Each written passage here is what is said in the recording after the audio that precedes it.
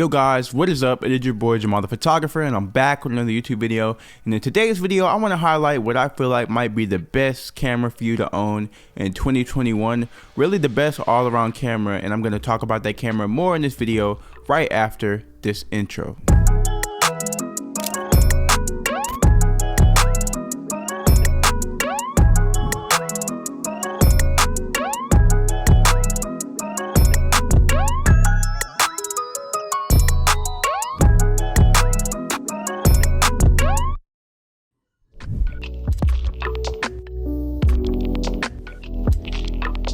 So first and foremost, I want to talk about the size of the actual camera. Now this camera is pretty tiny compared to other cameras that I've owned.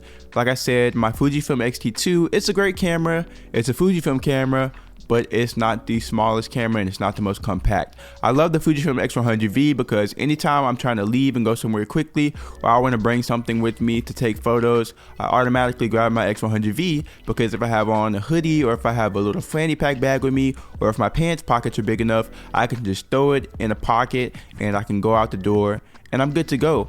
I also like the small form factor because when you're shooting out in the streets, whether you're shooting landscapes, whether you're shooting photos of people or whatever the case may be, it's not as noticeable as like a big DSLR camera, and most people don't stop you and ask you what you're doing. You're just taking photos and you're being really discreet. It's like you're a fly on the wall, and I really love the fact that I can be discreet, that I can be out in the streets and not be noticed too much with this tiny camera. This camera is just about the size of my iPhone, if not a little bit bigger. But this camera being tiny is perfect because I don't really worry about what I'm gonna shoot with. It's not a hassle, it's not too heavy like a heavy film camera, say the RB67, or even a digital camera like the Canon 6D Mark II or any other big camera body. It's just there and you can focus on the photos more than you focus on the camera that's in your hands and the actual gear. So it's just a better experience having a smaller and lighter camera to me. So the next thing that I love about this camera is the focal length of it, and I usually like to shoot pretty wide and I don't like to shoot pretty close, and this 35mm equivalent focal length with this camera, it's like the perfect focal length for me because it's in between, and so I can get wide enough shots if I need to, I can get close shots if I need to, and the fixed focal length on the camera lens, I don't find it to be an issue. Some people do, but I like moving around and framing my shot and finding things versus standing still, kind of being lazy and just zooming in or zooming out to get the shot that I need. And so I love that about this lens. Also, it's a pretty sharp lens. Even at f2, it is pretty sharp. The photos are great, and I love the image quality that I get from the lens. Even though it is a fixed lens and this camera, you can't switch lenses on it, I still love the lens on this camera. It's amazing. You get some good photos, quality images, and I'm gonna show you guys photos later in this video. But yeah, the lens for sure is one of the top features of this camera, and the focal length, I love it. It's perfect for me anywhere that I go, whether I'm documenting, whether I'm shooting with friends, shooting an event or whatever. I get the shots that I need with this camera in my hands, and the lens is great.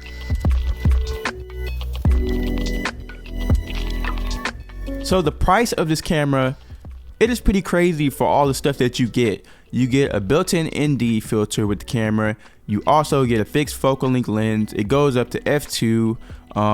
It has some touchscreen features. You have film simulations. You can shoot an F-log with video. It's just so much that comes in this little compact camera.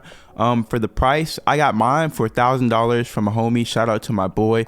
But you can find it on Best Buy or any other site, I think, for around like $1,600. Or if you get it used from somebody like I did, you can get it for a better price. But for all the stuff that comes with this camera and the capabilities, I think that the price of this camera is crazy. And it's really a budget-friendly camera. So if you're looking for a camera that's budget friendly for photos, for a little video work, even though it doesn't have the in-body image stabilization, you can still make it work for like YouTube videos or anything that you can use a tripod for, or still video shots. And so I think the price point of this camera is outrageous, and a lot of people seem to be wanting it now. I've heard from my friends and other people that try to find the camera that sometimes they're sold out. So I guess that a lot of people are catching on to this camera and it being such an amazing camera and picking the camera up. Even with like film cameras compared to this camera, say like a Leica, because I wanted a Leica M6, but Leica M6 cameras are going up in price because everybody's grabbing them. They can be anywhere from $2,000, $3,000 and up. and this camera is only like $1,000, and I feel like I get the images that I love from this camera, even though it's not film. And a lot of people might hate me for that. They might hate other people for shooting digital with like a film feel or whatever the case may be, but that doesn't really matter. Use what you use for photos. But when it comes to comparing this camera to like a film camera, like an M6 or RB67 medium format camera, or any other camera that's more expensive, I think you just get more bang for your buck out of this camera. You get more use for it. It has more features. You want to use it more, and you save money. You save a whole bunch of money getting this camera, not only because it's half the price of like a Leica M6 or a Leica Q or any other expensive camera that everybody wants out on the market, but you also don't have to keep buying film, and you can keep shooting this camera on and on until maybe something happens to it. I don't know. But for the most part, this camera has been working fine for me, and I love it, and I'm getting everything that I need from it, and I'm saving money, not having to keep buying film and developing it and stuff like that. So I love the price point of this camera and the usability for the price and all the things that it comes with. So this camera is amazing when it comes to price and what you get for the price.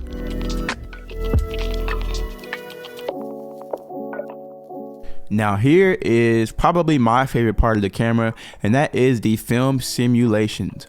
I love the film simulations in this camera. You get so many options, but I only use acros for black and white because I shoot primarily black and white, and I also use classic chrome, and that's the two that I stick with. You could also use Fujifilm recipes.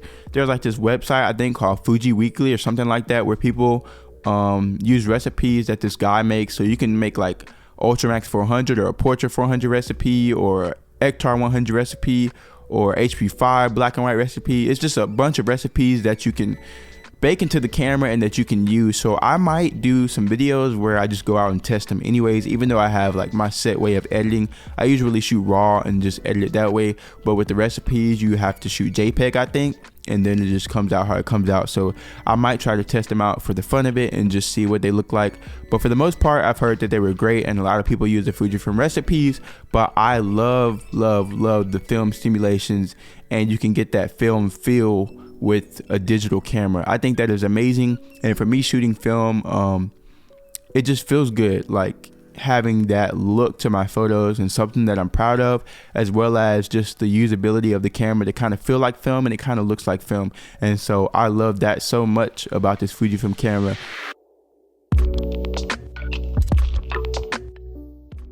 Another big feature on this camera, I think, is the video quality. And like I was saying earlier, it doesn't have in-body image stabilization, but I think they just made a new update to where you can use internal NDs on video. So it has ND filter built in. So if it's really sunny outside and you need an ND filter, you don't have to screw one on or take the time to take it off and put the thread on and all that extra stuff. You can just turn the ND filter on inside the camera and boom, there you go. Also, you can shoot an F-Log. And I have shot an F-Log. I tested it out in Dallas with some footage. I was really surprised with the capabilities of the camera shooting an F-Log and the quality of the camera, the way I could color the footage, and just how it came out. I had it on a tripod, and I don't mind having my camera on a tripod to have the footage be stable because I like documentary style stuff anyway. So I'm going to be testing this camera out some more with the F-Log, and I'm going to update it to get the internal ND filter. But I think that you could film like YouTube videos with it. You can do documentary stuff with it. You can do anything you want to do with the camera. So the only thing that I think is like that sucks is just it doesn't have the in-body image stabilization. I think that would have completed the camera all the way, but it's not something that's like a make it or break it for me, or it's like, oh, I'm not gonna shoot with this camera because it doesn't have in-body image stabilization. But coming from cameras that have image stabilization built into it that I have used before, it is a game changer when shooting handheld or just trying to get some smooth footage while walking or whatever the case may be, whatever you want to do. And so if you have a tripod, just throw it on the tripod and you should be good. And the video footage, it does shoot in 4K as well. I forgot if it crops in or not. I haven't shot too much with the 4K feature, but I don't think it does. Maybe a little bit, but the footage quality that I've seen, that I shot in 1080p, it turned out really good, and I will be shooting more footage and testing it out. Might even try it out for a YouTube video one time, like sitting here talking head portion, just so you guys can kind of get a feel for it and see how it looks. But yeah, I love the video feature of this camera, and it's nice just to have something to film real quick and for documentary stuff and just traveling with like family, friends, or whatever, just small stuff. You can use it for more serious things, but it might be more difficult without the stabilization built in. But for the most part, the video quality and what you get for the camera and the price of the video quality, it is great. So I definitely recommend trying to test it out and use it for some video stuff.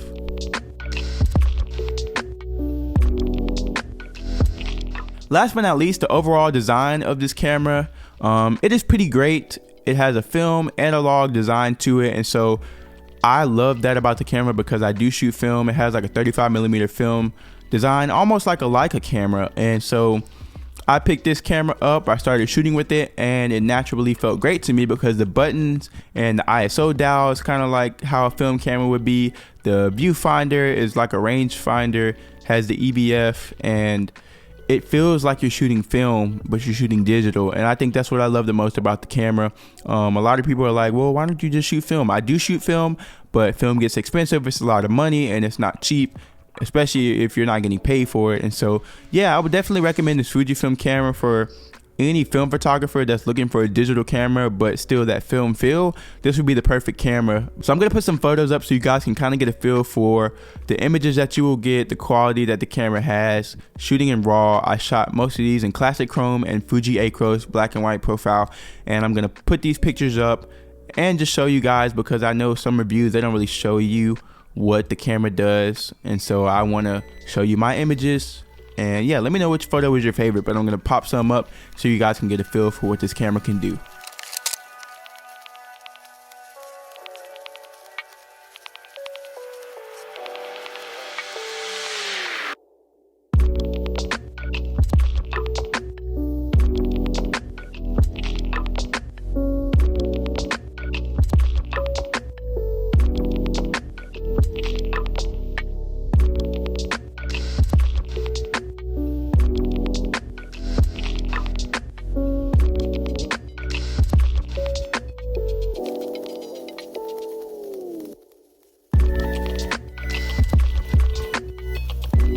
So who is this camera for?